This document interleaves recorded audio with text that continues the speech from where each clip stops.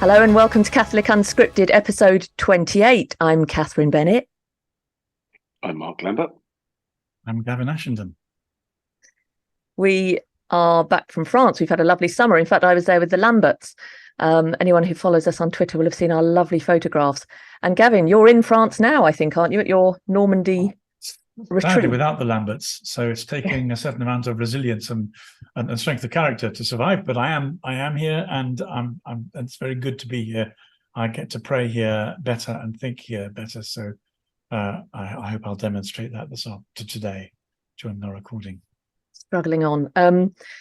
Well, during the summer, we have had lots of news about youth. There's been World Youth Day, and Gavin, you wrote about this for the Herald. You wrote about the Tupper Knuckles, so we're going to be spending a bit of time talking about that, about sacredness, restoring the sacred, which is a theme that came up as well when we've talked about that before many times. So World Youth Day, and also Mark was in Lourdes just before he came to see us in the south of France and can talk about his experience there and the young people there. So a particular focus on the youth, I think, would be good. And we also said, and if I've forgotten anything, mention it, but we wanted to talk about the very recent case of Lucy Letby, who was found guilty yesterday, as we're recording it. It was yesterday, of murdering 6 or 7 babies as a neonatal nurse and attempting to murder another number as well, and how she's been found the most prolific serial killer of children in living memory. And so we'd like to look at that, really. But we'll begin with World Youth Day. So what is World Youth Day, Mark? Where did it take place? Why did it begin?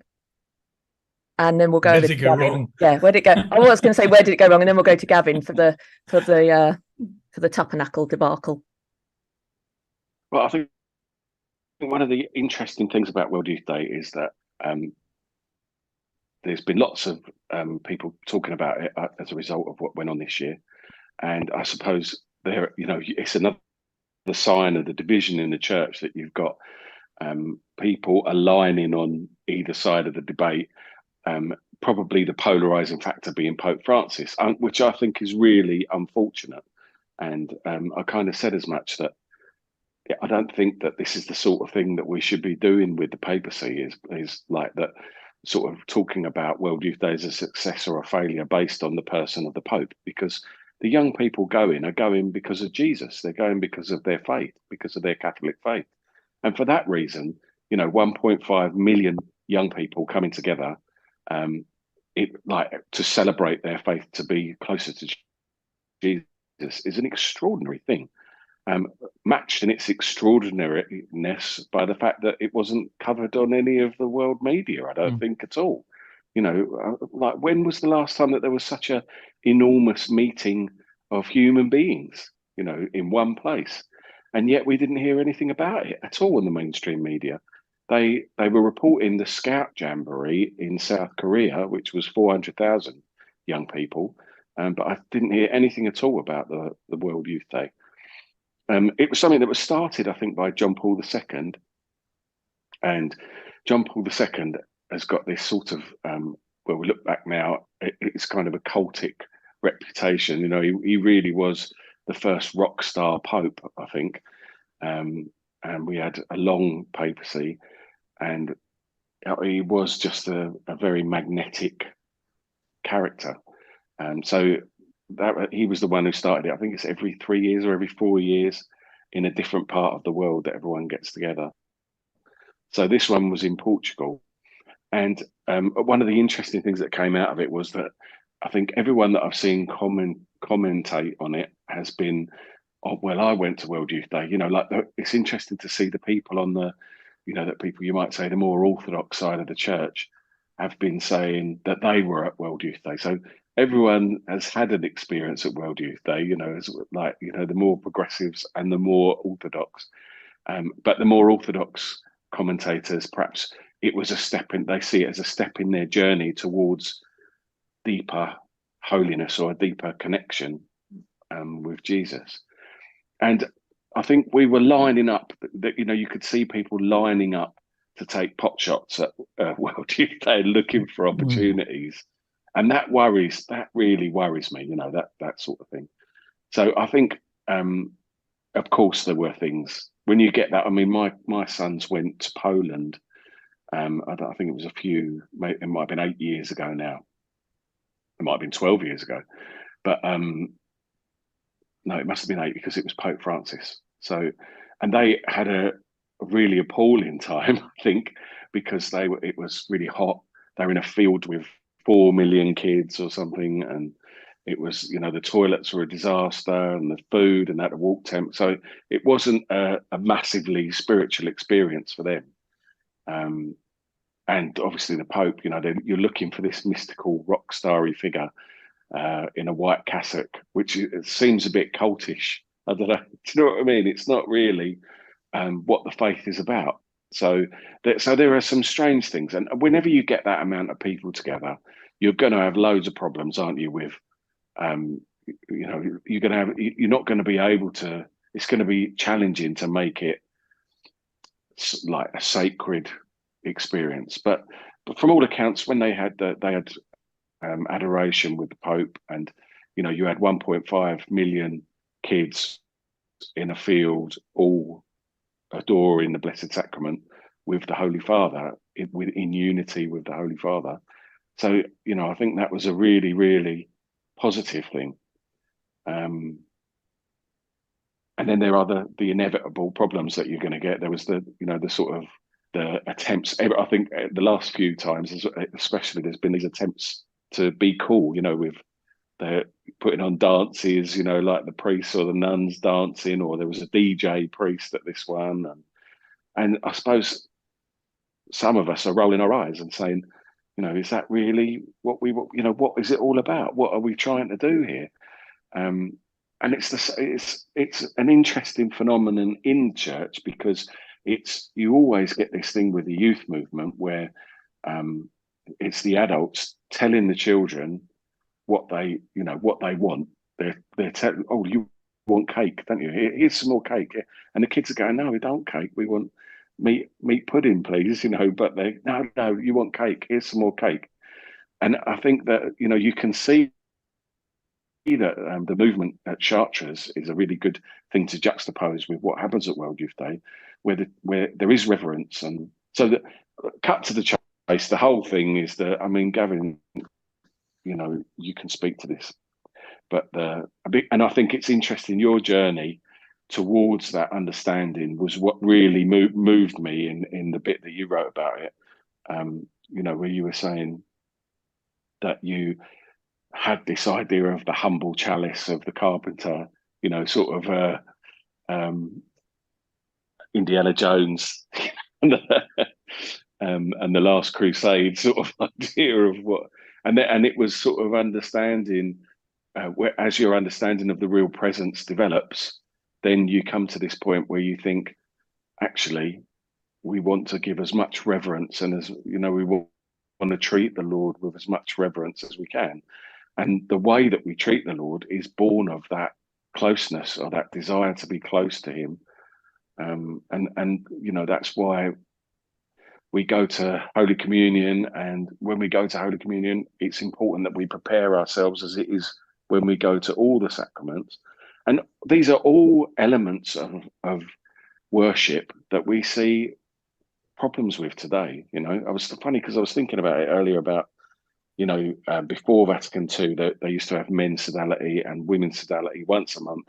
You go to Holy Communion, and there was the Pope said, like, we want people to come to Holy Communion more regularly, and you can really understand that it's that closeness. They're trying to bring about a closeness to the sacrament, and to think that the grace will abound even more if they. But what actually happens is people treat it like it isn't anything special. Unfortunately, that seems to be what's happened.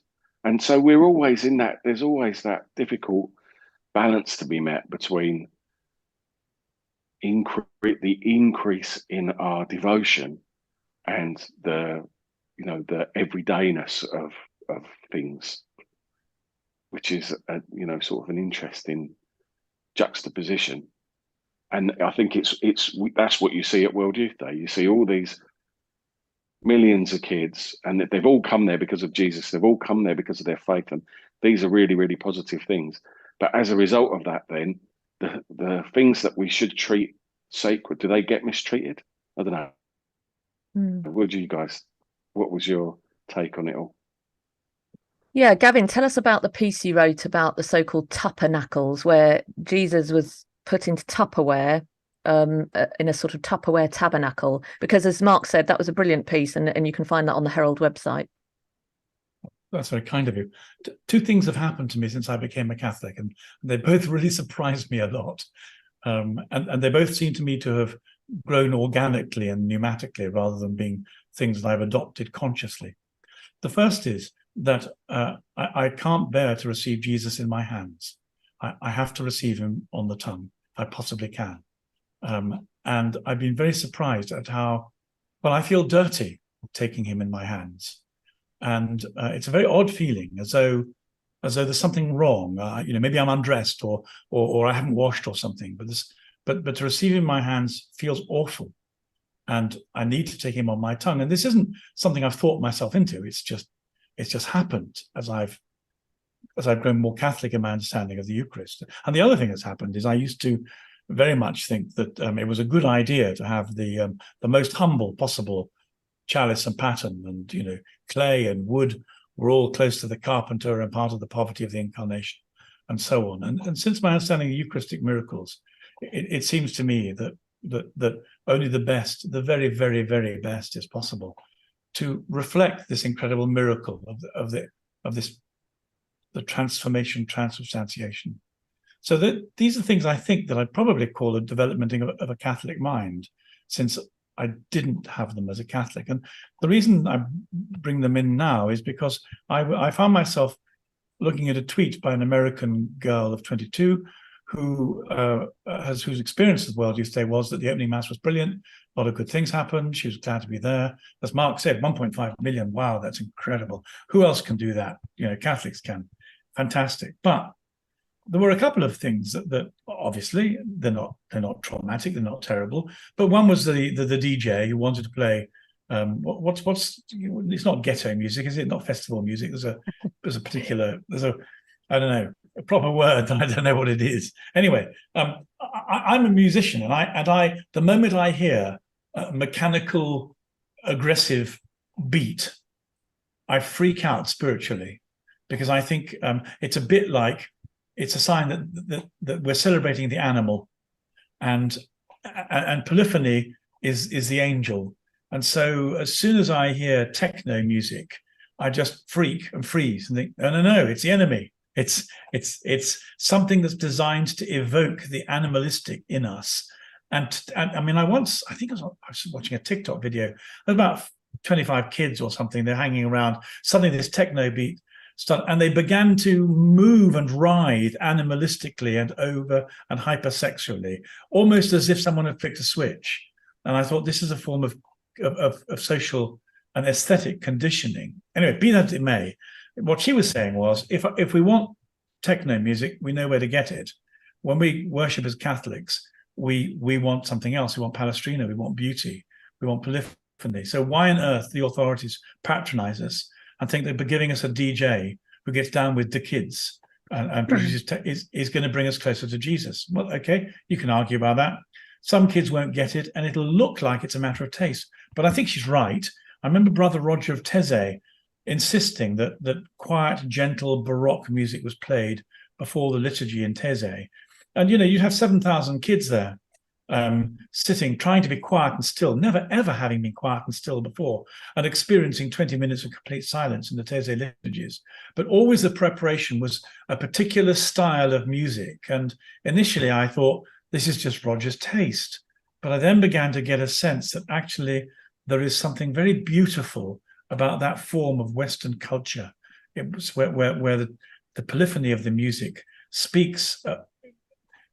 communicates as much goodness and holiness as techno beat does animalistic instinct. Anyway, be that as it may, she was going back on the last night, and she was passing some places where the Blessed Sacrament was being stored in these Tupperware boxes with just nothing there. And she and her friends said, this is terrible. And they canceled their plans for the evening, and they got on social media and they organized a rota in reparation for the disrespect to Jesus. So then some people said, oh, but look, this is pragmatic. There's 1.5 million. Grow up, be realistic. What can they do? Except until you see what happened at Chartres, where they also had, okay, not 1.5, but they had a lot of people. And there, the reserved sacrament was done in the most beautiful. You can do it if you believe it.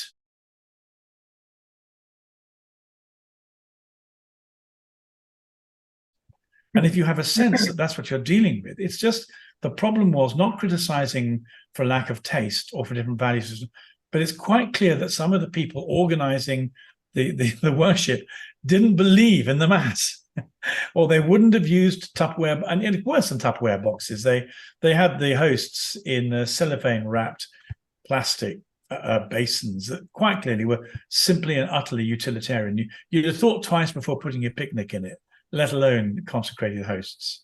So the reason on that this point, matters, Gavin, yeah, that's a really interesting point, because it's which you put your finger on. It's Eucharistic coherence, which is what the American bishops have been trying to promote, isn't it? And exactly as you say, it's like, how do we analyze that? Do we say that it's because different people in the church understand the Blessed Sacrament in a different way? And if that's the case, then surely we need more teaching on the Blessed Sacrament, because if it really is the body, blood, soul, and divinity of Jesus, then those children who were devastated to see it being disrespected in that way are right, aren't they? And then what are we sending our children to if they're being, if they're sort of in an environment where you would hope that they were being encouraged in the faith, not discouraged in the faith? There's a lot of questions. What I think it is people who want to say, well, Jesus was a humble carpenter and met people at the lowest point, and wasn't into airs and graces, and wouldn't have been palaces but in stables, and humility. And I think I know a priest many years ago who needs our prayers. We pray for him a lot. He put Jesus in the filing cabinet in a place where I worked, and I was really upset about this. And he told me I shouldn't be upset because Jesus wouldn't mind where he is. And I think that it's so wrong-headed. It's so sad that was a Catholic priest. But I think where we can see this right balance is in the life of St. John Vianney, who I wrote about for I think it was July's Herald edition, but of the magazine. So I visited St. John Vianney's tomb at Ars in France. And as you know, St. John Vianney is the patron saint of priests. And this tiny little man, this lovely little faithful priest, who by worldly standards was so insignificant. He struggled at seminary. He was intellectually not considered as to meet the standards. He was tiny, smaller than me, is 5'2" or something, and he spent as much as 16 hours a day in confession, hearing confessions. And when you go to visit his house in Ars, his house is sitting next to the church, which is now a basilica, this beautiful building that began as this tiny little parish church. And his house is so simple, and it's just kept as it was. And he's known, if you see images of him, of a black sort of vestment and a white cassock or something, whatever the right word is. Very, very simple. But whenever he wanted to purchase vestments for saying Mass, they were the most ornate, beautifully embroidered gold, the finest material, the most expensive you could buy, because he wanted to point to glorify God. So he, in his own life and his own home, everything was very humble, very simple. He didn't have anything that showed that was ostentatious about himself, but anything that related to serving God and to his role as priest was all beautiful, ornate, carefully chosen. And he said it's because, I want to give greater splendor and glory to God. So I think there's a misunderstanding there when we say, well, which I've said, and you may disagree, is at the root of this is oh, well, Jesus is with the lowest of the low, and so to think that that's an argument to say shove him in a filing cabinet or a Tupperware box it doesn't make any sense to me. But do you think that's at the root of it? I do. It's a false understanding based on an unwillingness to appreciate the power of holiness. We know that the Catholic Church is very good at doing this. Only the best is good enough. So we have produced the most beautiful buildings that make people take a breath with awe when they see them. Only the best of music is good enough. Listen to Catholic polyphony of the 16th century, and you get blown away by it. Only the best is good enough theologically and liturgically, just like the Curé d'Ars said. And the test of whether we've got this right is whether or not we give Jesus the best and we settle for the not best for ourselves. And so the problem with the people who are producing techno music and putting Jesus in Tupperware or filing cabinets is it's a sign they've lost their understanding of what holiness is and what an incredible miracle the Mass is and the incarnation itself. And that's what the Catholic mind does. The Catholic mind produces the most beautiful buildings, the most beautiful music, the most awesome response to holiness. And you don't find it. It's not part of being a Protestant. Being Protestant is much more functional, much more good. There are lots of good things about being a Protestant, but they're illiterate in these. It's all about being tone deaf almost. And so one of this woman, Savannah, moved me very much because this picture of her kneeling in front of the Tupperware boxes, making reparation. There was a beauty about it. You couldn't have staged it. I thought somebody had almost, the studio had put it together. But there was something about the light and the bodies and the position. You could see the holiness in the picture. And all it was some kids who loved Jesus who were deeply upset at the disrespect that grown-ups had shown in the way in which they'd prepared for the Mass. So that's a lesson for the church today. And as always, a little child shall lead them. It takes kids to tell the grown-ups where they've gone wrong sometimes. That's really interesting. And I think that a similar thing happened at the last World Youth Day in Panama as well, where there was like a lot of images went out of people passing the host around. I don't know if you saw that at the last one. So they were like, someone with a ciborium would pass it to someone else. And the excuses that have been made have been like, oh, you just can't distribute the Blessed Sacrament reverently well, then don't do it. It's kind of thing like, don't do it, because this is the greatest gift. If we don't understand that the Blessed Sacrament is the greatest gift imaginable, that God is truly present for us in the Blessed Sacrament, if we don't treat that as what it is, then what's the point? There's no point in being a Catholic at all. So, Yeah. My greatest horrors as an Anglican priest, once I'd encountered the Buenos Aires miracle of 94 and my mind was changed, and I said, okay, in the Catholic Mass, it happens. I longed for Jesus to do a miracle in the Masses I was involved with in Anglican. I asked him to do this a special favor.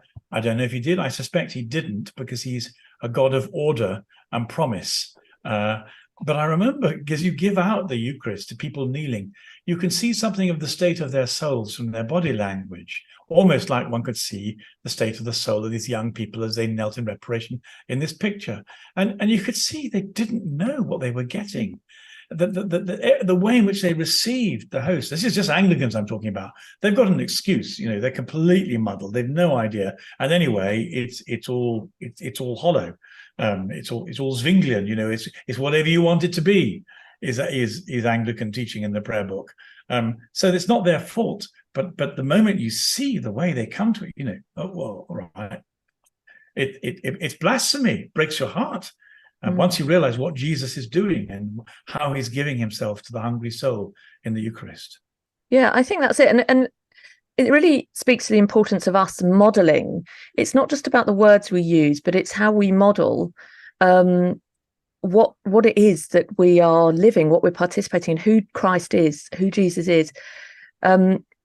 I wear a mantilla at church. Often, sometimes I forget it or it gets blown away in Chicago. But I wear a mantilla and receive, like you, Gavin and Mark, I know, on the tongue, because I think, and I haven't always, but I think once you do really sort of understand what's happening, it's impossible not to, in fact. And my children are the same, and they're kids. They're not even old teens, they're young teens. We were at a church once, one summer holiday, and so it was an unfamiliar parish, and the priest said, and I'm not sure why, it wasn't during COVID, if you come up to communion, you can only receive in your hands, you mustn't receive on the tongue.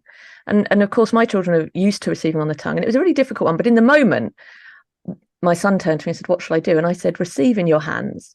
The reason I did is because I felt this is also a question of authority, and I don't want to undermine the authority of the priest. And I said, we don't know the reason why he's asked this, but the fact that my son didn't just not care less. So I do think it's important that we model what's going on, what's happening at Mass, and not just be casual about it. Because I think there's this real casual nature has just crept in. I say crept in as if I knew life before. In fact, I didn't. This has always been the way since I was young, born in the mid-70s.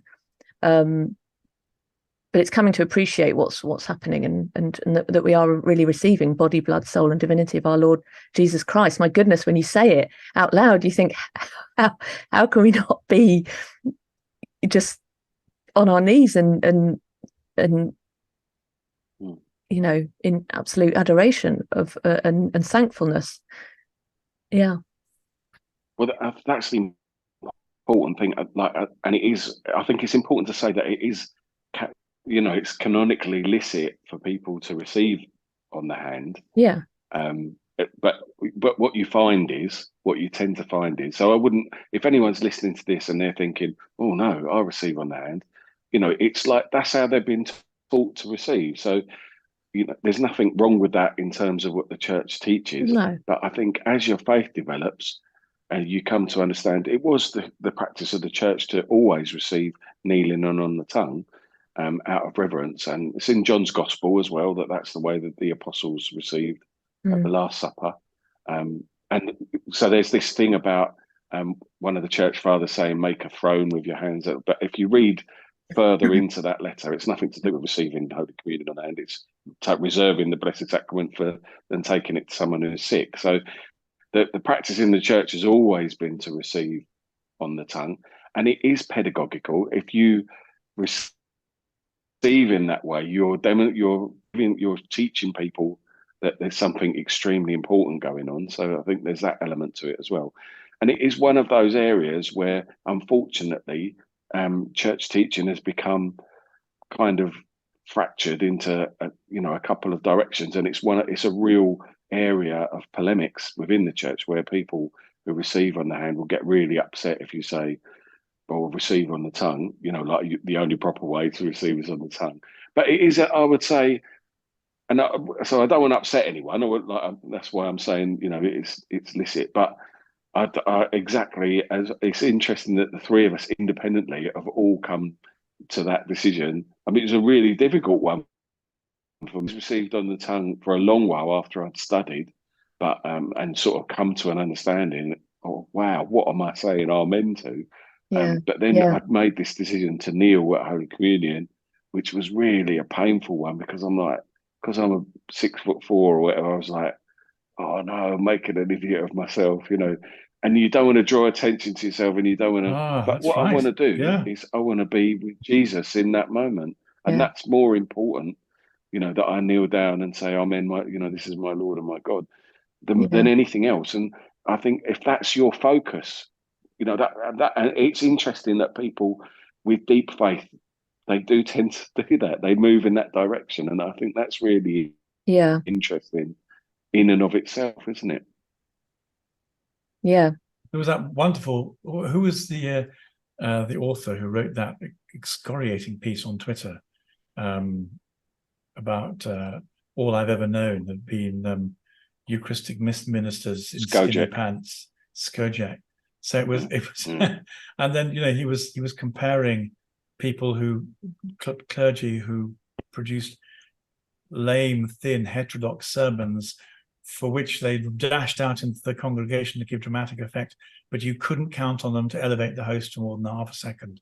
And it was that they couldn't be counted on to elevate the host because some of they've stopped believing in it. They believed in entertainment and in themselves and in a kind of populism, but they stopped believing in the miracle of the Mass. It's that moment of elevation, and as you say, Mark, my Lord and my God, on your knees, open your mouth. You're right.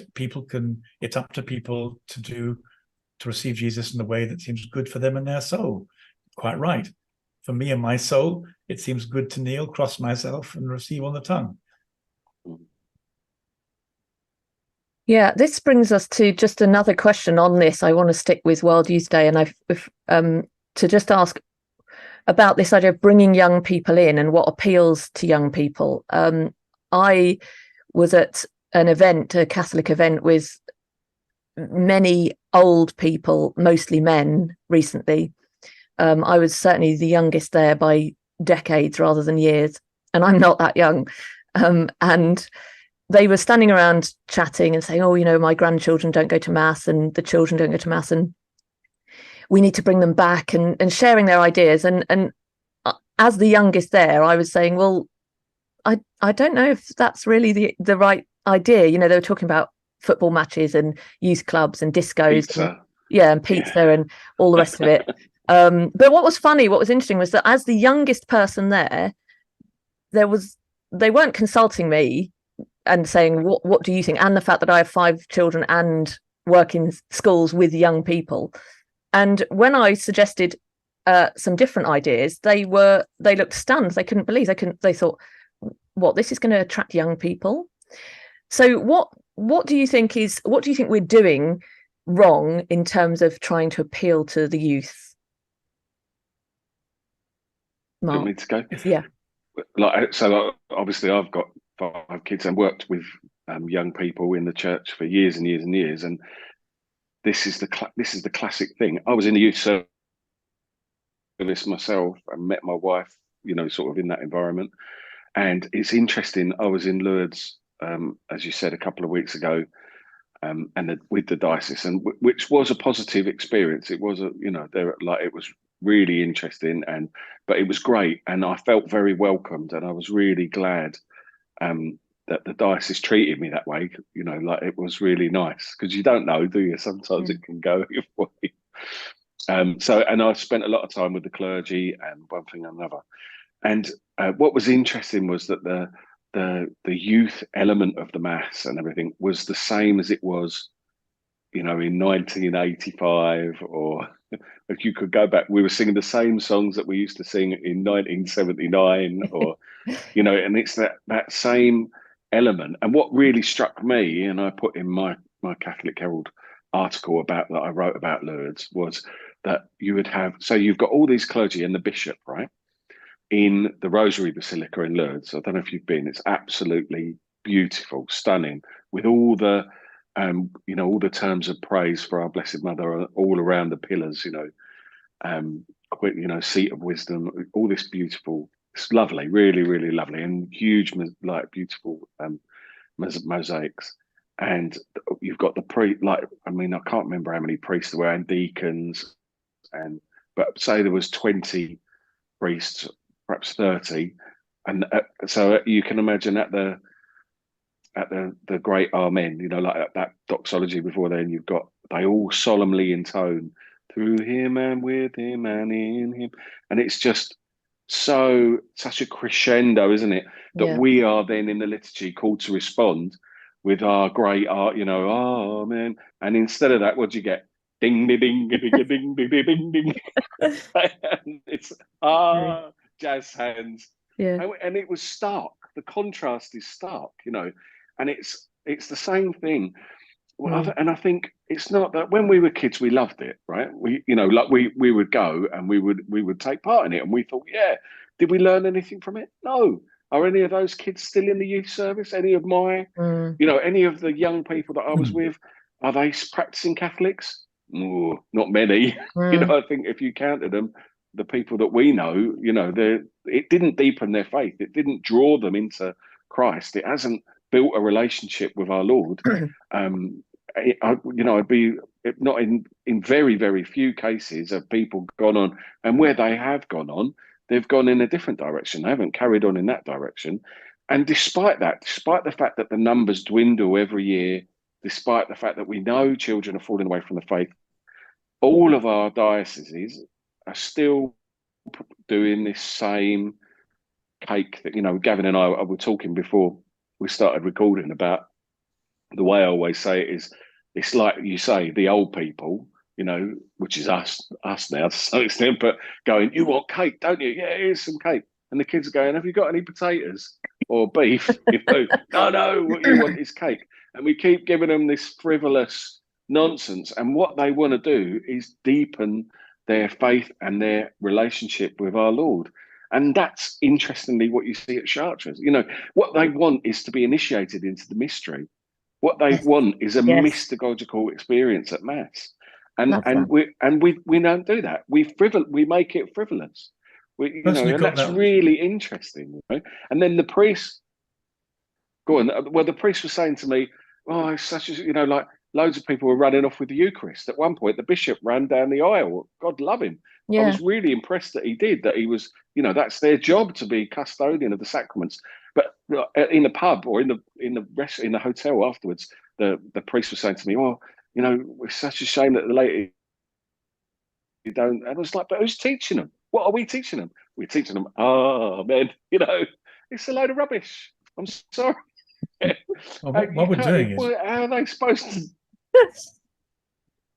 What we're doing is we're trying to entertain them, and because we think we're entertaining them with Christian culture, that must make the entertainment good.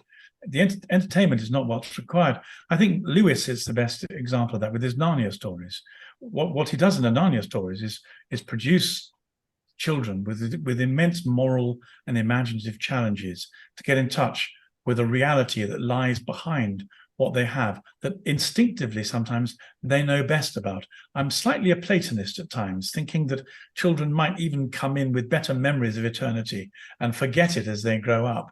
But maybe there's a Christian version of that, which is not they've forgotten it, but their antennae are better tuned than the dulled antennae of adults. And our job is not to entertain children, but introduce them into this miraculous other dimension of reality.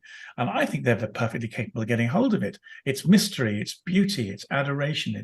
I mean, for myself, I learned it first of all, not at evangelical youth camps, but in the crypt of Canterbury Cathedral. So at the age of 12, I went in there because I thought I might be a Christian. I was at school there, and there at 7 o'clock on a Sunday morning in the candled dark, we sung Plainsong.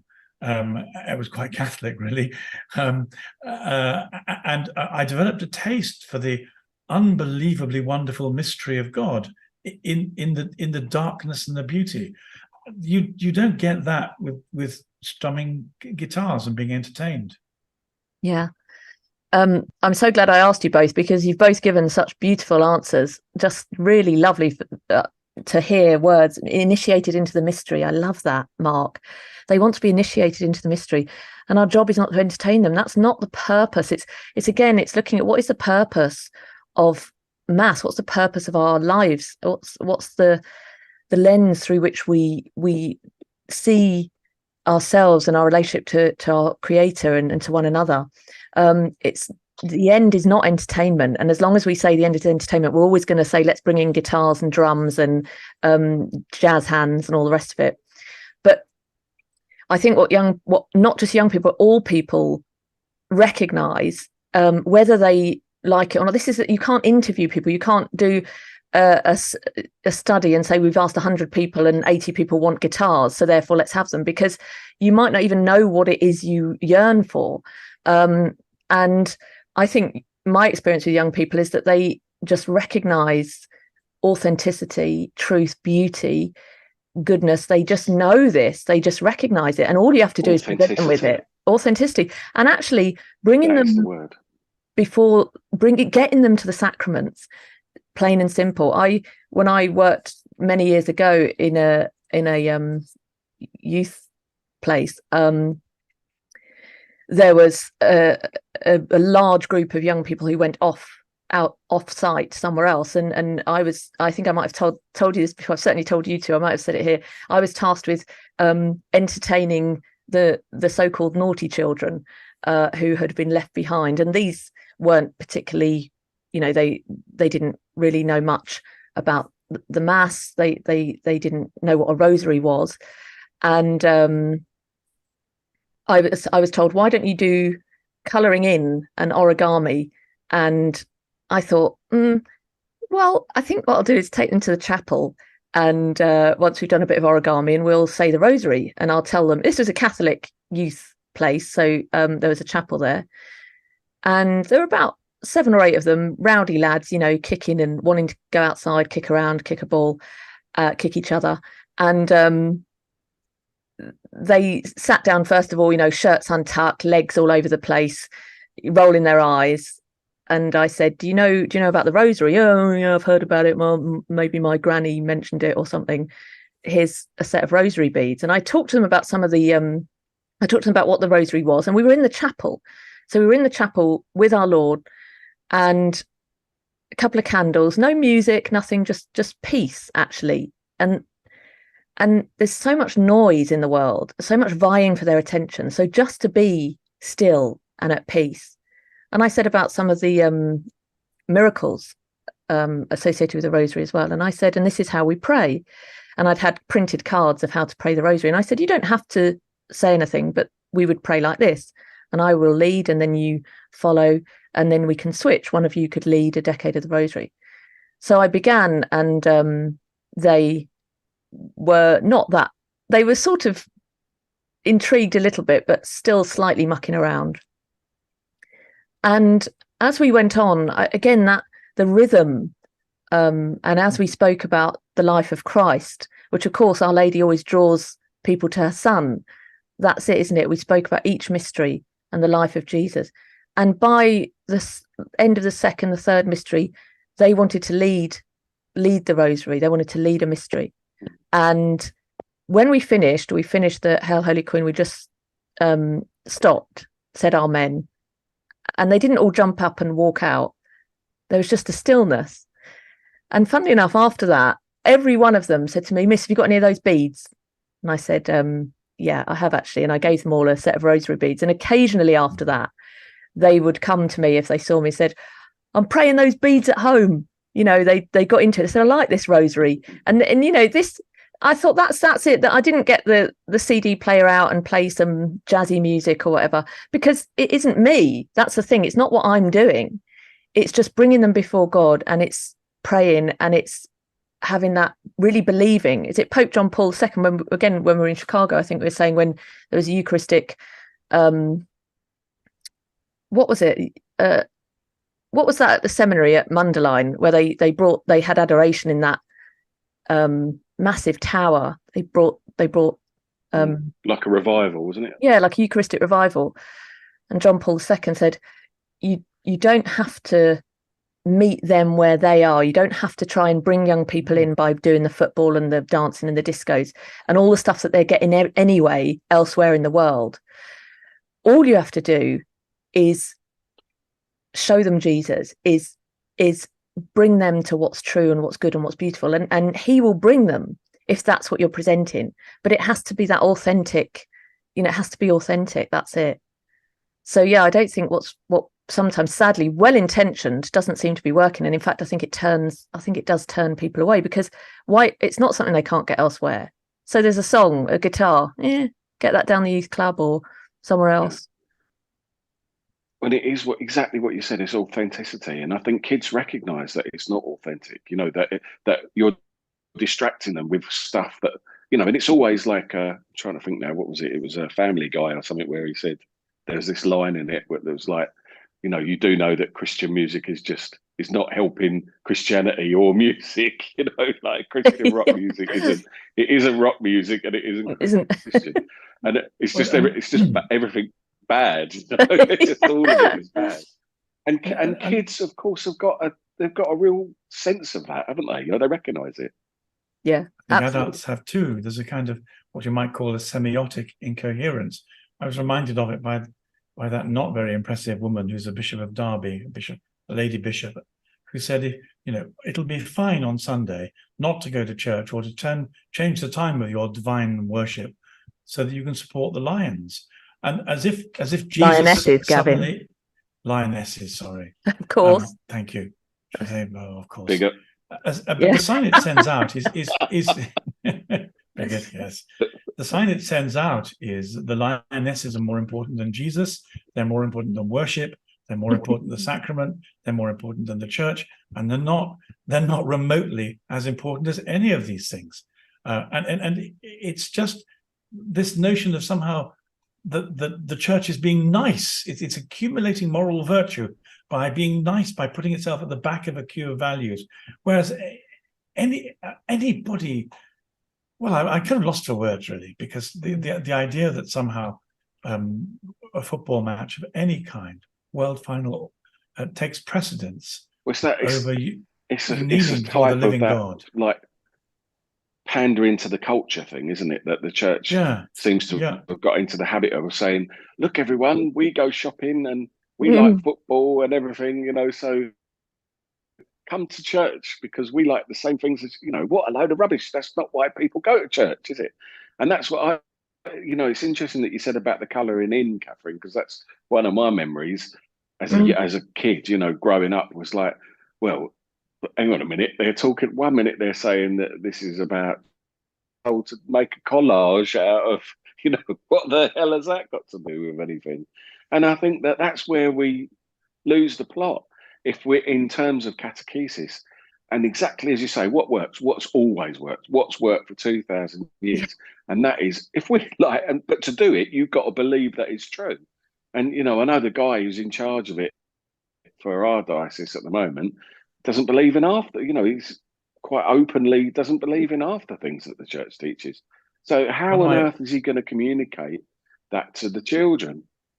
One of my earliest experiences as a 9-year-old, I was in the choir at St Mary's Anglican Church in Wimbledon, and I was in the West Gallery, and the vicar and his curate came in.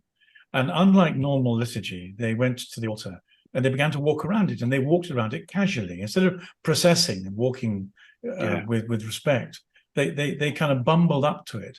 And I was seized with, I don't know where I got this from, I was seized with a horror. And I wanted to shout out to them from the gallery, be careful, you'll be struck by lightning. You can't approach the altar like that. What are you doing? What are you doing? Stop it. Of course, I didn't shout out because I was a kid and I was 9, and I didn't think I had any right to tell these grown-ups how to manage in their own church. But I knew, but they didn't know. And I mean, I think I put that down to my earliest instinctive understandings of holiness. I mean, you know, they read the Bible to us in our assemblies, and I remember the boys being eaten by the bear. I remember the man reaching out to, wasn't a priest, to steady the Ark of the Covenant and being struck dead. I remember Moses being told to take off his shoes because it was holy ground. How could these men stumble around when they'd been telling us it was holy ground, and suddenly it wasn't anymore? It was like they didn't believe, and as a child, it shocked me. That's brilliant. And I totally share that as well, that it's like, it's holy when they want it to be. And of course, holy means set apart. So if something is set apart, then it's set apart, isn't it? And how can it be, you know, it's like a magic trick, isn't it? It's like the bloke behind the curtain in The Wizard of Oz. They sort of, by doing that, they're saying, you know, oh, don't look at the bloke behind the curtain. And and children latch on to this stuff. And I just think that that's the whole point of our faith. If it's inauthentic, children recognise that, you know, a million miles away. So I think it's easy. We just got to, we just got to be, you know, open and honest about what it is that we're trying to do, and not try and dress it up in pretty clothes or kids' music or anything like that. I think that's a complete red herring. Yeah. Agree. We're so very blessed though, aren't we? As we're speaking, I'm thinking we're so blessed to have the gift of faith. You know, I see people I love who don't have it, and I long for them to. And I remember a time I didn't. And I think we only have to ask. I really think we only have to, there has to be a little crack in the door, and then God will do the work, but he won't ever force himself. It's always a free choice. But so we've been open at various points in our lives, have been open and receptive and wanted to have a relationship with God and to let him love us. And we love him. But it's really sad to see people who can't let God love them. And so I think I'm just so thankful to have that gift of faith, and just pray for those who haven't yet encountered Christ and can let him love them. But yes, I think that authenticity is absolutely crucial. That's it. Definitely. Lucy Letby? Yeah. Well, Lucy Letby. You're right. I think you're right. Sorry. Oh yeah, we're going to move on. Right. No, it's just you. I think there's a glitch. There's a delay. No, it's not that. It's just there was my whole screen delayed, and I don't know if it's my Wi-Fi or what. But anyway, sorry. Yes, go on. I wasn't sure if you were going to wrap up the whole program, but if you did, I thought it would be worth spending 2 minutes on the killer nurse. We can move on to the killer nurse if you yeah, sure. No, I wasn't trying to get you to move on. I was trying to. I thought you might be about to stop, because I don't know how long we've gone on for, but we've talked for quite a while. I was wondering if we would run out of time yet. But before we finish, I'd like to talk about the killer nurse. We'll do a Matt Fradd and settle in for 2 or 3 hours. Get the cigars and the whiskey. The killer nurse, of course. We said we would speak about Lucy Letby. So, as I said, she's been charged for killing these babies. And what I've found, I was saying to you, wasn't I, Mark, yesterday, what I find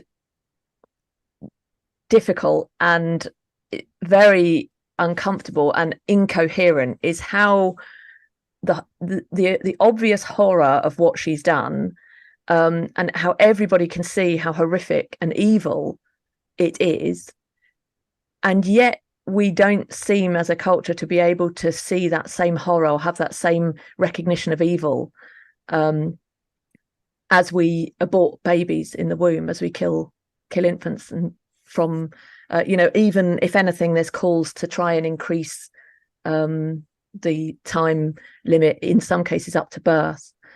So it's very, very hard to see there's no moral difference, and yet people seem unable to see it. So what do we make of that, Mark?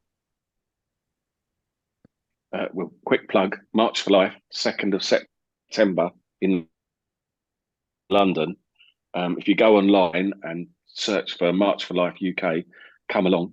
There'll be literally thousands of all different denominations of Christians marching, and Muslims as well, actually, and some of nothing. But come along and support the cause. And it's a great day out. Don't worry about bringing your kids, because it's very kid friendly, and you'll love it. So check it out online before you come. This is the big problem, isn't it? And it's about our understanding of morality. Where does our understanding? One of my kids said to me, John said to me, obviously, said to me a couple of weeks ago, where does morality come from? Where do we get our morality from?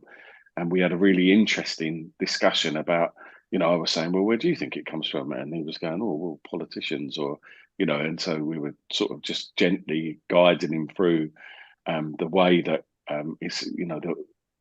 that some things are true and some things are subjective. And this is one of those things, isn't it, where you would really think that their public conscience would be, killing an innocent child how could that possibly be right?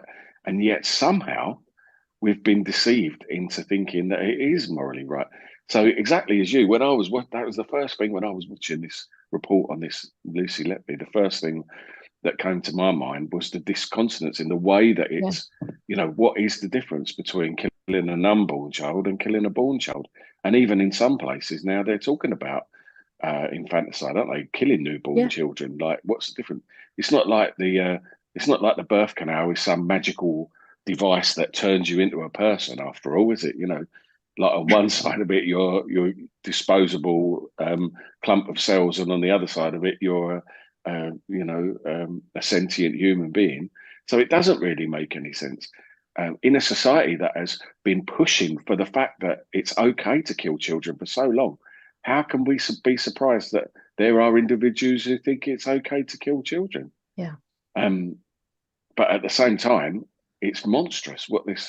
It just seems, like an argument for the reality of evil, doesn't it? As a real thing. It's truly frightening that someone who is in charge of, and my wife is a paediatric nurse, so particularly at home, that it's the love and the attention and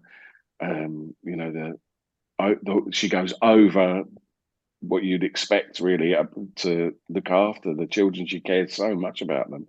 To hear that there's someone acting in this way is just devastating to think that your children could be in the care of someone who wasn't looking after them.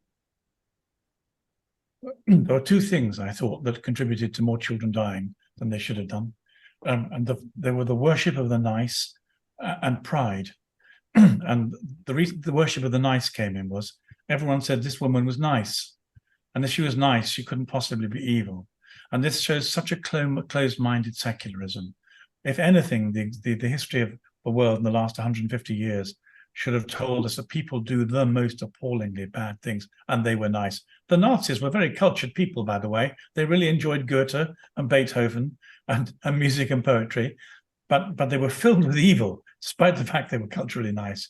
And this woman, who was very nice, they've been looking to try and find if she did it for some psychological reason, drawing attention to herself, control. But it looks as though it was simply evil. But because they have no sense of evil, they couldn't believe it was happening. And when it became clear that it might be happening after all, the next thing that stopped him was they didn't want to experience any reputational damage. So they threatened the doctors who were pointing the finger and saying, this has to be a murder. Someone's killing the children. They silenced them and threatened them with disciplinary procedures because they didn't want reputational damage at their institution. They wanted their careers and their professional pride more than they wanted to take care of the lives of the infants who were there. And these are two things that Christians are very powerful, very informed about. We're informed about the reality of evil. We don't believe in nice. We're not taken in by it. And we know that pride is a very dangerous thing. And one of the things that the present progressive cultural changes have done is to detoxify pride from the immediate association that it's a bad thing. Pride is a thoroughly bad thing. And the way that pride operated in this institution was one of the things that led to more children being murdered. So there are, as people have criticized Christians for being closed-minded and not having a real a capacity for reality, it turns out it's entirely the other way around. Christians are able to see what reality is like because we take on board the reality of evil. We don't worship the nice, and we don't believe in pride. Mm. Very true. Sorry, bit of a sermon. Anyway, thank you for letting me saying it. I've been struggling with the accounts of what's gone on and just felt so angry with these administrators earning hundreds of thousands of pounds a year and threatening doctors trying to save the lives of children with reputational damage in case their institution came in for any flack at all. It's just, that's it. That's also evil. It's come out now. It's come out now, hasn't it, that there were nurses working with her who, it became a bit of a thing. Like if the alarm went off, they were saying, "Oh, is Lucy? Is she on tonight?" If a child crashed, like that everyone knew that this was going on, and I think that is towards the end. Yeah. That's often the case. Yeah, that's often the case, isn't it? That you've got a sense about these things, and if the nurses are working together, they know that there was a problem with one particular individual. And so the question then has to be, I would have thought for the authorities, that they've got to look at that institution and say, well, why wasn't it possible for that concern to be brought to the proper authority? Why wasn't she was defended? She was defended able to be voiced that concern. She was defended by senior people who thought she was nice. Senior. What I think is just really awful is the blindness. It's just the blindness of it. It's like, you know, Helen Joyce, who spoke recently, and her interview was watched by many people, and you may have seen it. She's talking about transgender, and she said one of the big problems, which is that so many parents have supported their children, that even if they were to see now how bad it is, or how dangerous it is, or how wrong it is, they can't go back, because going back would mean saying, I, the person who loves them the most, who's here to protect them, have damaged them permanently. I, their parent. And that's too big a cost for them to be able to do that. And so they will push and push and push, no matter what their conscience is telling them. And I think she's right. And I think it's the blindness with abortion. Really, the facts on the ground, and anyone knows, if you're crushing, destroying, filling with acid, dismembering a baby just in the womb, in utero, at 24 weeks, 20 weeks, 21 weeks, 1 week, is still a baby, it's still a human being. If you're doing that, and you're doing that just no problem, off to work, home again, there is no moral difference. There's no moral difference between that and what Lucy Letby did. And that's a really tough thing to say, and people might be horrified by my saying that. But there's no moral difference. And yet the blindness of our being able to pay some people to do that, to pay others to advertise for those services, to criminalize people who pray to end this horror, this genocide of abortion, and then can say, look how awful it is, and criminalize and imprison, quite rightly, someone like Lucy Letby. That blindness is staggering. There's a very frightening part of the gospel where Jesus says, you would have been guilty anyway, but by insisting that you can see when you can't, you makes you even more guilty on the last day. So these are very serious issues. And the fact is, of course, we all have our blindnesses. We all have our stupidities. We all have our fear of reality. But the point of being a Christian is to put ourselves in the hands of God and asking him to remake us day by day, and letting go of the things that incarcerate us in our own pride and our own blindnesses. And that's what the Holy Spirit does. He works on us. That's one of the reasons why it's important to be a Christian, because you can be set free from these things. And without Christ and the Holy Spirit, you don't get set free. You get blinder and more trapped. Mm. Yeah, and we mustn't be afraid to be set free. Yes, go on, Mark. Sorry. Well, it's fascinating the way that we've got this group of modern feminists as well, who are sort of stumbling across these answers, and the interconnectedness of all these dots, and sort of saying, Louise Perry, I was reading some stuff from her this week. It's like they're reading the catechism to you. They'd probably be horrified if they knew that. But Mary Harrington as well. It's just incredible. Yeah, exactly. Yeah, there's a bit where she was saying, chastity, monogamy, all these things, they had a really good purpose in society. It's like, oh, really? And the way that we're dismantling all these things without any idea of what we're going to replace them with has enormous consequences for society. And intelligent people without any Christian belief are waking up to those realities. And one of the things is that interconnectedness between, like, the pill, where you've got sexual availability of women, and the fact that before that happened, women would have, naturally would be less likely to have a sexual relationship, because they understood the consequences, and the consequences were, you could lose your life. You could have if you went for a backstreet abortion or whatever, you could lose your life. And you might die in childbirth anyway. And so you need a man, you need to form a lasting monogamous relationship, because that has to be a relationship where you've got a partner to support you through these incredibly important key moments in your life, haven't you?